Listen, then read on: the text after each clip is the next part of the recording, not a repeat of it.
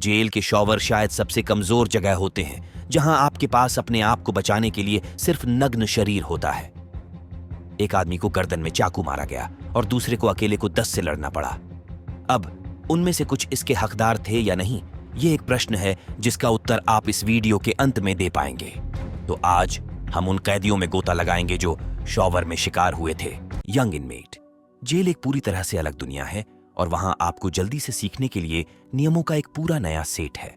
कुछ नए कैदी गलत व्यक्ति पर भरोसा करने के बारे में अपना सबक कठिन तरीके से सीखते हैं। सड़क से दूर और जेल प्रणाली में फेंक दिया गया एक नया व्यक्ति होना सब कुछ भ्रमित करने वाला है। अन्य कैदी ऐसे दिखते हैं जैसे वे किसी गैंगस्टर फिल्म में हों और पूरी वाइब ही डरावनी है। आप किसी भी व्यक्ति से जुड़ने के लिए ललचा सकते हैं जो दया का एक टुकड़ा दिखाता है, लेकिन जेल में यही बात है, दिखावट धोखा दे सकते हैं और कभी कभी वह दया कुछ बहुत बुरा करने के लिए एक सेटअप है। यूट्यूबर ONF द यार्ड एक युवा कैदी की कहानी बताता है जो शायद एक मक्खी को भी चोट नहीं पहुंचाएगा। यह बच्चा डरा हुआ है, लेकिन वह अभिभूत और अनजान भी है कि जेल कैसे काम करती है। अन्य कैदी उसे अनलिखित नियमों के बारे में बताने की कोशिश करते हैं, लेकिन इस बच्चे को लगता है कि उसने सब कुछ समझ लिया है। बदमाशी गलती। दूसरा कैदी मणि के नाम से एक चरित्र प्रवेश करता है। अब इस अकेले उपनाम को अलार्म बेल सेट करना चाहिए। पैसा दोस्त की तलाश में नहीं है, वह अवसर की तलाश में है। वह नए बच्चे को देखता है और उसे आसान शिकार मानता है। एक नए कैदी होने के बारे में सबसे खराब हिस्सों में से एक शॉवर का समय है। आप नंगे हो, हर कोई नंगे है और छिपने के लिए कहीं नहीं है। बहुत से लोग इससे इतना डरते हैं कि वे पूरी जगह को बदबूदार न होने तक जितना हो सके उतना देर तक रुकते हैं। ठीक ऐसा ही नया बच्चा कर रहा था। तभी मणि एक मददगार दोस्त की भूमिका निभाते हुए दौड़ता है, यहां तक कि एक भाई भी। वह नए बच्चे की चिंता को समझने का दिखावा करता है और खुद को शॉवर बड़ी के रूप में पेश करता है, किसी को अपनी पीठ देखने के लिए। एक दोस्त के लिए बेताब युवा कैदी इसके लिए पूरी तरह से गिर जाता है। उसे लगता है कि मणि उसकी पीठ है। कम ही जानता है कि उसने बस एक जाल में सही तरीके से कदम रखा है। अन्य कैदी उसे चेतावनी देने की कोशिश करते हैं। ONF द यार्ड ने कहा कि उसने उसे कई बार चेतावनी देने की कोशिश की थी कि जेल में चीजें कैसे काम करती हैं, लेकिन बच्चे ने पूरी तरह से विश्वास किया कि पैसा उसका दोस्त था। हफ्तों बीत जाते हैं और मणि नए बच्चे को सुरक्षा की झूठी भावना में उलझाता है। फिर एक दिन पैसा अपना कदम चलता है। ONF द यार्ड दृश्य का वर्णन करता है। वे एक साथ शॉवर में प्रवेश करते हैं। कुछ संघर्ष हुआ, कुछ दबी हुई आवाजें और फिर कुछ नहीं, बस ठंडी सन्नाटा। ONF द यार्ड इसके सभी के डार्क साइड के बारे में बात करता है। वह बताता है कि एक बड़े आदमी को भीख मांगते और रोते हुए देखना कितना बुरा है। जेल, उनका कहना है, शिकारियों और शिकार के साथ एक जंगल है और इन शिकारियों के शिकार बनने वाले युवा लड़के, खैर, उनकी स्थिति और भी खराब हो जाती है। इन युवा पीड़ितों को मूल रूप से जेल में महिलाओं के रूप में माना जाता था, अन्य कैदियों के आदेश का पालन करना जिन्होंने उन्हें अपने अधीन कर लिया है। ONF द यार्ड उम्मीद करता है कि उसकी कहानियां एक चेतावनी संकेत के रूप में काम करें। वह चाहता है कि लोग अपने अनुभवों से सीखें और जेल जीवन का दुःस्वप्न से बचें। Jamie Valdes. जेल के सबसे कमजोर जगह शॉवर में पकड़े जाने के दुर्भाग्यपूर्ण अनुभव वाले रैपर मनीसाइन स्वीड से शुरू करते हुए। मनीसाइन स्वीड, जिनका असली नाम जेमी ब्रुगाड़ा वैलेडेज है, एक उज्जवल भविष्य के साथ एक 22 वर्षीय अप एंड कमिंग रैपर थे। उन्होंने अटलांटिक रिकॉर्ड्स के साथ हस्ताक्षर किए थे और उनका पहला एल्बम अच्छा कर रहा था। उनका एकल back to the bag online trend कर रहा था। गैंगस्टर व्यक्तित्व के बावजूद ये सभी रैपर चित्रित करना चाहते हैं कि वे कट्टर अपराधी नहीं हैं, कम से कम उनमें से सभी नहीं। वैलेडेज भी वही थे। उन्होंने गड़बड़ की और बंदूक के साथ पकड़े गए। उन्हें 32 महीने की सजा दी गई। जो अंत में क्या हुआ था उसकी तुलना में कलाई पर एक थप्पड़ है। उनकी मौत के आसपास के विवरण अभी भी थोड़े अस्पष्ट हैं, लेकिन हम जानते हैं कि जेमी वैलेडेज को सोलेडाद, कैलिफोर्निया में सुधारात्मक प्रशिक्षण सुविधा के शॉवर क्षेत्र में गर्दन में चाकू मारकर पाया गया था। इसके बारे में सोचो, जेल में शॉवर का समय, एक बहुत ही कमजोर स्थिति। भाप हर चीज को धुंधला कर देती है। आप मूल रूप से एक बैठा हुआ बतख हैं जो लगातार कुछ चिल्ला रहे पुरुषों से घिरे हुए हैं। ये ठीक समय या स्थान नहीं है जहां आप अलार्म पर पकड़े जाना चाहते हैं। जेल अधिकारी इसे हत्या के रूप में जांच कर रहे हैं, लेकिन उनकी चोटों या हमले के कारण क्या हो सकता है, इस पर कोई विवरण जारी नहीं किया है। वैलेडेज के वकील निकोलस रोसेनबर्ग ने कहा कि वह बहुत लोकप्रिय व्यक्ति, बहुत विनम्र थे, जिन्हें सभी से प्यार था। इसलिए यह कल्पना करना कठिन है कि किसी अन्य कैदी ने उन्हें इतनी हिंसकता से निशाना क्यों बनाया होगा। क्या यह सिर्फ जेल हिंसा का एक यादृच्छिक कार्य था, या कुछ तरह का बीफ या स्कोर था, या उन्होंने जेल में गलत गिरोह के साथ गड़बड़ की? हम शायद कभी पूरी कहानी नहीं जान पाएंगे। हो सकता है कि वैलेडेज किसी भी गिरोह गतिविधि में सीधे शामिल नहीं थे, लेकिन गलत समय पर गलत जगह पर होने से भी आपको जोखिम में डाल सकता है। हो सकता है कि वह अनजाने में किसी प्रतिद्वंद्वी गिरोह के सदस्य के साथ मिले हों, या हो सकता है कि उसका हमलावर एक कथित बाहरी व्यक्ति को लक्षित करके खुद का नाम बनाना चाहता था। Dylan roof. जेमी वैलेडेज के विपरीत हमारा अगला आदमी डायलन रूफ वास्तव में एक कट्टर अपराधी था। 17 जून 2015 को डायलन रूफ ने चार्ल्सटन चर्च शूटिंग नरसंहार का आयोजन करते हुए देश को उसके मूल तक हिला दिया। साउथ कैरोलिना के चर्च में हुए भयावह हमले में 9 अश्वेत पैरिशियन की जान चली गई। आप अपने आप से पूछ रहे होंगे क्यों? खैर, डायलन एक श्वेत वर्णवादी था और जातीय युद्ध भड़काना चाहता था। चार्ल्सटन चर्च शूटिंग से पहले यह उनका कानून में पहला रन नहीं था। उनके पास एक परेशान अतीत और छोटी आपराधिक घटनाओं का इतिहास था। हत्या के आरोपों पर मुकदमा चलने का इंतजार करते हुए 9 अश्वेत पैरिशियन की हत्या के लिए उन्हें साउथ कैरोलिना जेल में भेज दिया गया, जहां यह घटना हुई थी। यह एक सामान्य दिन था जब रूफ शॉवर में प्रवेश करने वाला था, और तभी एक अन्य कैदी एक अनलॉक सेल से बाहर निकल गया और उस पर हमला करना शुरू कर दिया। यह शंख और सामान के साथ कोई हॉलीवुड लड़ाई का दृश्य नहीं था। यह सीधे तौर पर हाथापाई मुट्ठी उठा रहा था। शुक्र है कोई हथियार शामिल नहीं था, लेकिन रूफ अभी भी अपने चेहरे और पीठ पर कुछ गंदे खरोंच के साथ समाप्त हो गया। यह वह जेल अनुभव नहीं था जिसकी वह शायद उम्मीद कर रहा था। इस पूरे मामले का परिणाम और भी दिलचस्प हो जाता है। भले ही रूफ को पीटा गया, लेकिन उन्होंने और उनके वकील ने स्टैफर्ड के खिलाफ आरोप दर्ज नहीं करने का फैसला किया। आश्चर्यजनक है ना? हो सकता है कि उन्होंने सोचा कि रूफ को यह आ रहा था, या हो सकता है कि वे बस किसी भी अधिक नाटक से बचना चाहते थे। कौन जानता है? इस घटना ने जेल की सुरक्षा में कुछ कमजोरियों का पर्दाफाश किया। शेरिफ अल्कैनन जूनियर इसे वही कहने में शर्माते नहीं थे। गार्डों द्वारा आत्मसंतुष्टि। जाहिर तौर पर जगह में प्रोटोकॉल है। कैदी एक बार में शॉवर लेते हैं और कोशिकाएं बंद रहती हैं। लेकिन किसी ने गेंद गिरा दी और स्टैफर्ड ने अवसर का फायदा उठाया। अब शेरिफ का दावा है कि यह नस्लीय रूप से प्रेरित नहीं था, भले ही रूफ के अपराध घृणा से प्रेरित थे। लेकिन आइए वास्तविक बने। यह कल्पना करना कठिन है कि यह किसी भी कैदी के साथ हो रहा हो। रूफ एक हाई प्रोफाइल केस था, कई लोगों के लिए बुराई का प्रतीक था। हो सकता है कि स्टैफर्ड न्याय की भावना से काम कर रहा था, या हो सकता है कि उसने रूफ को 1 या 2 पैग या 2 नीचे गिराने का मौका देखा। कई लोगों ने स्टैफर्ड की प्रशंसा की, यह दावा करते हुए कि उसने जो किया वह सतर्क न्याय था। हालांकि कुछ लोग मानते हैं कि सबसे हिंसक अपराधी भी अधिक मानवीयता के हकदार हैं।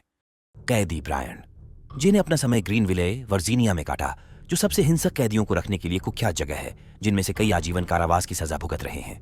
दूसरी ओर ब्रायन 90 के दशक की शुरुआत में एक छोटे से ड्रग चार्ज के लिए वहां पहुंच गया। बस कुछ साल, आपको लगता होगा। लेकिन भाग्य उसके पक्ष में नहीं था। वह कुछ वास्तव में बुरे लोगों के साथ एक आवास इकाई में फंस गया, जो कमजोर लोगों का शिकार करने के लिए जाने जाते थे। अब ब्रायन की यूनिट में ये खुले शॉवर थे, कोई स्टॉल नहीं, कोई गोपनीयता नहीं, बस सभी खुले में। आप बस अपने सिर घुमाकर सब कुछ देख सकते थे। यह मुसीबत का एक नुस्खा था। उस वातावरण में एक अनकहा नियम था, अपना काम देखें जब तक कि ये आपके अपने में से कोई गड़बड़ ना हो। हस्तक्षेप करने का मतलब शंख किया जा सकता है या अपने प्रवास को काफी बढ़ाया जा सकता है। ब्रायन नए और थोड़े डरपोक होने के कारण एक रणनीति का पता लगाया। जब मुश्किल से कोई आसपास था तो वह केवल भोर या देर रात को शॉवर लेता था। लेकिन एक नियतिपूर्ण दिन उसका भाग्य समाप्त हो गया। एक अन्य कैदी ने ब्रायन को अकेले शॉवर में पकड़ा। विलियम्स दृश्य का वर्णन करता है। आप संघर्ष, एक तरफा पिटाई सुन सकते हैं। उस समय एक गार्ड ड्यूटी पर था और वह जानती थी कि वहां क्या हो रहा है, लेकिन उसने इसे अनदेखा करना भी चुना। ब्रायन को सबसे कमजोर जगह पर एक क्रूर पिटाई मिल रही थी। कैदी ने ब्रायन को एक से अधिक तरीकों से हमला किया था। जब कैदी चला गया, ब्रायन बाहर चला गया, लेकिन वह एक अलग व्यक्ति था। सभी जानते थे कि क्या हुआ था, लेकिन यह जेल की कठोर वास्तविकता है। आप बुराई देखते हैं, आपको अक्सर इसे निगलना पड़ता है। 1 हफ्ते तक ब्रायन ने शॉवर से परहेज किया, वापस ले लिया और उदास हो गया। लेकिन पर्दे के पीछे वह अपने हाथों में मामला ले रहा था। सभी के अनजाने में ब्रायन हर दिन धातु का एक टुकड़ा तेज कर रहा था, बदला लेने की जलती इच्छा से ईंधन भरकर एक शंख तैयार कर रहा था। एक दिन कैफेटेरिया एक खूनी टकराव के लिए मंच बन गया। ब्रायन बिना किसी हिचकिचाहट, बिना किसी डर के सीधे अपने हमलावर के पास जाता है। गार्डों को देखते हुए प्रतीत होता है कि अनजान ब्रायन आदमी की गर्दन में एक घर का बना शंख धकेल देता है और फिर वह नहीं रुकता। यह हिंसा का एक उन्माद है, बार बार आंखों, मुंह और छाती में छुरा घोंपना। कैफेटेरिया खामोश हो जाता है क्योंकि भयावहता सामने आती है। पीड़ित धीरे धीरे पीड़ा देने वाली मौत मर जाता है, लेकिन ब्रायन तब तक नहीं रुकता जब तक वह पूरी तरह से खर्च नहीं हो जाता। इसके बाद वह बस खून से लथपथ कुर्सी पर बैठ गया, गिरफ्तार होने का इंतजार कर रहा था। गार्ड अंततः प्रतिक्रिया करते हुए केवल उसे हिरासत में ले सकते हैं। कानूनी परिणाम पूर्वानुमेय था। ब्रायन को पूर्व नियोजित हत्या का दोषी पाया गया और आजीवन कारावास की सजा सुनाई गई। एक प्राकृतिक आजीवन सजा अपने मामूली ड्रग चार्ज का व्यापार, एक ठोस सेल के लिए, हमेशा के लिए एक तरफा टिकट के लिए। ब्रायन की स्थिति कठिन प्रश्न उठाती है। क्या ब्रायन अपने कार्यों में उचित था? क्या इस हिंसा के चक्र से कोई निकास था? खैर, ब्रायन ने किसी की हत्या कर दी होगी, लेकिन कम से कम वह इस अगले आदमी की तरह एक सूचनाकर्ता नहीं था। हमें विश्वास है सूचनाकर्ता होना बदतर है। रैनबी कैदी। कभी सुना है सूचनाकर्ता सिलाई प्राप्त करते हैं? खैर, जेल में यह एक नियम की तरह है। जेल में कई अनलिखित नियम हैं, लेकिन उनमें से सबसे बड़ा शायद यह है कि चूहा मत बनो, अधिकारियों के साथ सहयोग न करें, अपने साथी कैदियों पर सूचना मत दें। एक कैदी को ऐसा नहीं लगा कि यह इतना गंभीर नियम था, या उसे लगा कि वह संरक्षित हो सकता है, लेकिन किसी भी तरह वह यह जानने वाला था कि वह कितना गलत था। विवरण अस्पष्ट हैं, लेकिन रिपोर्टों का कहना है कि उसने कुछ ऐसा किया जिससे अन्य कैदियों का संदेह हुआ और अनिवार्य रूप से उसे घास या चूहा के रूप में लेबल कर दिया गया। हो सकता है कि उसने किसी अपराध को देखा हो, या हो सकता है कि वह एक हल्की सजा की उम्मीद कर रहा था। जो भी उसका कारण था, यह कैदी कोड के खिलाफ था, और जैसा कि कहा जाता है, इस सूचनाकर्ता को उसकी सिलाई मिली। जेल के शॉवर जैसी न्यूनतम गोपनीयता वाली जगह में खतरा कहीं भी मार सकता है। यही ठीक यहां हुआ था। 7 फरवरी 2022 को 28 वर्षीय जॉन आर्मस्ट्रांग, जिनके पास पहले से ही अपराधों का थोड़ा सा रिकॉर्ड था, ने कथित तौर पर शॉवर में संदिग्ध सूचनाकर्ता का सामना किया। उसे पूछा कि वह लोगों को घास क्यों उखाड़ रहा था। कुछ मौखिक आदान प्रदान के बाद चीजें हिंसक हो गईं। आर्मस्ट्रांग ने अंतिम चेतावनी छोड़ने से पहले कई घूंसे मारे। हमले से पीड़ित को चेहरे पर चोट लगी, जिसके लिए चिकित्सा ध्यान देने की आवश्यकता थी। शुक्र है यह बुरा नहीं था। शायद आर्मस्ट्रांग सिर्फ एक बिंदु बनाना चाहता था, या शायद वह बस संभाल से बाहर उड़ गया। अब आर्मस्ट्रांग बिल्कुल भी आदर्श कैदी नहीं था। उसके पास पहले से ही अपराधों का थोड़ा सा रिकॉर्ड था, जिसमें पिछले हमले के दोषी भी शामिल थे। अदालत ने इसे ध्यान में रखा क्योंकि उनका मानना था कि आर्मस्ट्रांग ने पहले से हमले की योजना बनाई थी। आर्मस्ट्रांग ने माफी मांगी, लेकिन आइए वास्तविक बने। कार्य के बाद पश्चाताप वास्तव में नुकसान को पूर्ववत नहीं करता है। अंत में उसे 22 महीने की निलंबित सजा मिली, जिसका अर्थ है कि वह जेल वापस जाने से बच गया, लेकिन उसे अभी भी 200 घंटे का अवैतनिक कार्य करना था। इसके अलावा उसे अपने पीड़ित को 250 पाउंड का भुगतान करना पड़ा। शॉवर में पीटा जाने के लिए एक छोटी सी कीमत, लेकिन शायद उसने इससे एक मूल्यवान सबक सीखा। Magazines and honey buns. हमने पहले जेल में लोगों पर भरोसा करने के बारे में बात की थी, लेकिन यह पागल है कि कुछ लोग अभी भी इस चेतावनी को ध्यान में नहीं रखते हैं। इसका सामना करें। यदि कुछ बहुत अच्छा लगता है तो सलाखों के पीछे सच होने के लिए शायद यह है। विभिन्न जेलों के अलग अलग नियम हैं, और आपके अपराध के आधार पर आपको कुछ विलासिता जैसे पत्रिकाएं या विशिष्ट खाद्य पदार्थों तक पहुंच मिल सकती है। लेकिन इन वस्तुओं के लिए एक काला बाजार भी है, और आप लोगों को आपके लिए चीजें तस्करी करने के लिए भुगतान कर सकते हैं। लेकिन सुनो, कभी भी मुफ्त में कुछ भी स्वीकार मत करो, क्योंकि जेल में मुफ्त वस्तुओं का एक भारी कीमत होता है और इसे मुद्रा में नहीं मापा जाता है। एक कैदी, हम उसे जॉन कहते हैं, ने यह सबक कठिन तरीके से सीखा। शायद वह नया था, शायद वह सिर्फ उदास महसूस कर रहा था, लेकिन वह सीधे नहीं सोच रहा था। एक अन्य कैदी, हम उसे कैश कहते हैं, ने जॉन को एक प्रतीत होने वाले हानिरहित प्रस्ताव के साथ संपर्क किया। बोरियत को मारने के लिए पत्रिकाएं और मीठे दांत को संतुष्ट करने के लिए कुछ शहद के बंस, जो जेल के प्रवासी भोजन की नीरस दुनिया में सबसे अच्छी चीज हो सकती है। जॉन घर का स्वाद और कुछ सामान्य सामान गायब होने के कारण चारा ले लिया, जो एक बड़ी गलती थी। देखिए, जेल में एहसानों के साथ तार जुड़े होते हैं। वह पत्रिका और वे शहद के बंस, वे उपहार नहीं थे, वे एक निवेश थे। कैश मूल रूप से कह रहा था, आप मुझ पर एक देना, और वह एक का मतलब कुछ भी हो सकता है, काम चलाना, काम करना या अधिक निजी गतिविधियां। बाद में जॉन को पता चला कि उन मीठे बंस की असली लागत क्या है। दोस्ताना कैदी ने उससे अपेक्षा की, ठीक है, बस इतना कहें, शॉवर का समय अकेले का आनंद न लें। एक अन्य कैदी ने देखा कि कैश शॉवर में जॉन का पीछा करने के लिए उसे सामान के लिए भुगतान करने के लिए कह रहा था। हाँ, जॉन ने जो सोचा था वह वास्तव में पुनर्भुगतान नहीं था। उसने खुद को फंसा और इस्तेमाल किया महसूस किया एक प्रतीत होने वाले हानि रहित प्रस्ताव के लिए। यह किसी के लिए भी जागृति है जो सोचता है कि जेल सिर्फ किसी तरह का अजीब ग्रीष्मकालीन शिविर है। यह एक जंगल है और जंगल का नियम यह है कि मजबूत शासन करते हैं जबकि कमजोर आज्ञा मानते हैं। यह हर दिन एक शक्ति संघर्ष है और नए कैदी बैठी हुई बतख है।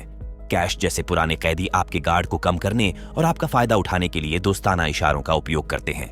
ये एहसान और प्रतिशोध पर बनी एक प्रणाली है और यदि आप सावधान नहीं हैं तो आप अपने आप को ऐसी स्थिति में पा सकते हैं जो पत्रिकाओं या शहद के बंस को याद करने से भी बदतर है। निचला रेखा, सलाखों के पीछे अप्रत्याशित दयालुता के बारे में अत्यधिक संशयशील रहें। जेल गैंग द्वारा पीटा गया। जेल में जीवित रहने का सबसे अच्छा तरीका अपना काम देखना है। यह उन अनकहे नियमों में से एक है। कभी कभी ये अनलिखित नियम स्वयं गार्डों से अधिक वजन रखते हैं। भले ही आप कुछ गड़बड़ देखते हैं, जैसे कि लड़ाई गलत हो गई या कुछ छायादार तस्करी का संचालन, आप दूसरी तरफ देखते हैं, क्योंकि जैसा कि हमने पहले कहा था, सूचनाकर्ता सिलाई प्राप्त करते हैं और उन्हें खाइयों में भी फेंका जा सकता है। आपका नैतिक कंपास गार्डों को बताने की ओर इशारा कर सकता है, लेकिन अपने आंत का पालन करें। यदि आप इसके साथ आगे बढ़ते हैं तो आप मूल रूप से अपने आप को दर्द के लिए साइन अप कर रहे हैं।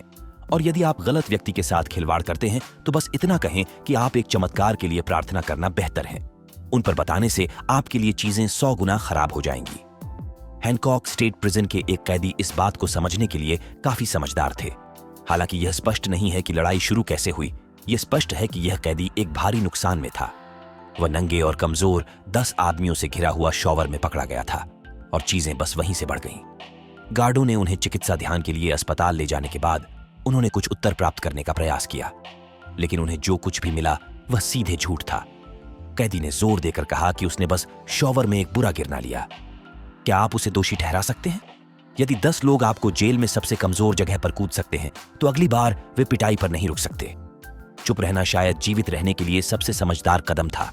और जैसा कि हम अधिकांश मामलों में देखते हैं, गार्डों को शायद ही कभी परवाह है कि कैदियों के साथ क्या होता है। अधिकांश समय गार्ड अनकहे नियमों को जानते हैं और जब चीजें बदसूरत हो जाती हैं तो दूसरी तरफ देखते हैं। आप जेल में गार्डों को रिश्वत भी दे सकते हैं, लेकिन यह कुछ जोखिम भरा है। क्या होगा यदि आप गार्ड को अपमानित करते हैं और वह आपको लक्षित करना शुरू कर देता है? अब क्या आपको कैदियों और गार्डों द्वारा धमकाया जा रहा है? कठिन जीवन। हैनकॉक स्टेट प्रिजन के गार्ड हालांकि हमारे कैदी की कहानी नहीं खरीद रहे थे।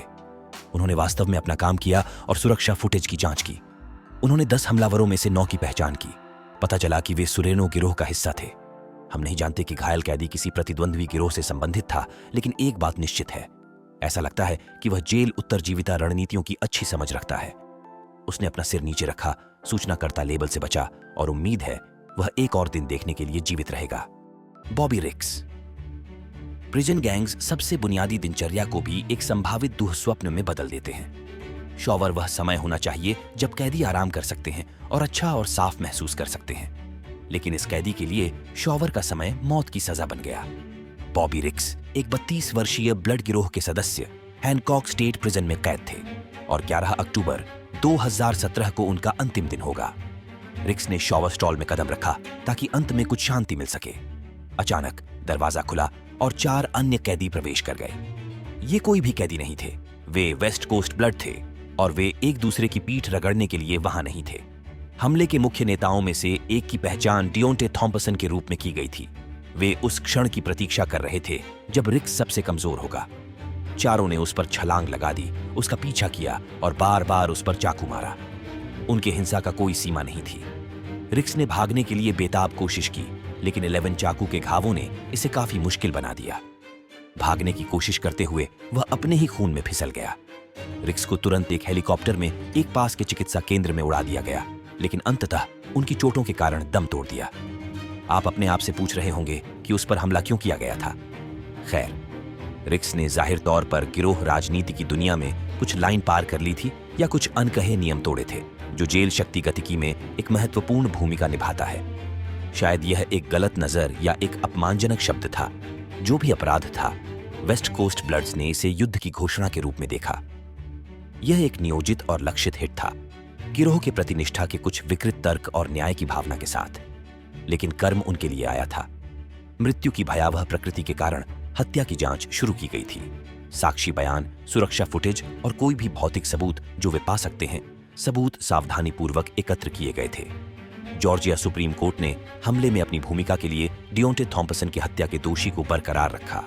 वह वर्तमान में वेयर स्टेट प्रिजन में बिना पैरोल के आजीवन कारावास की सजा भुगत रहा है।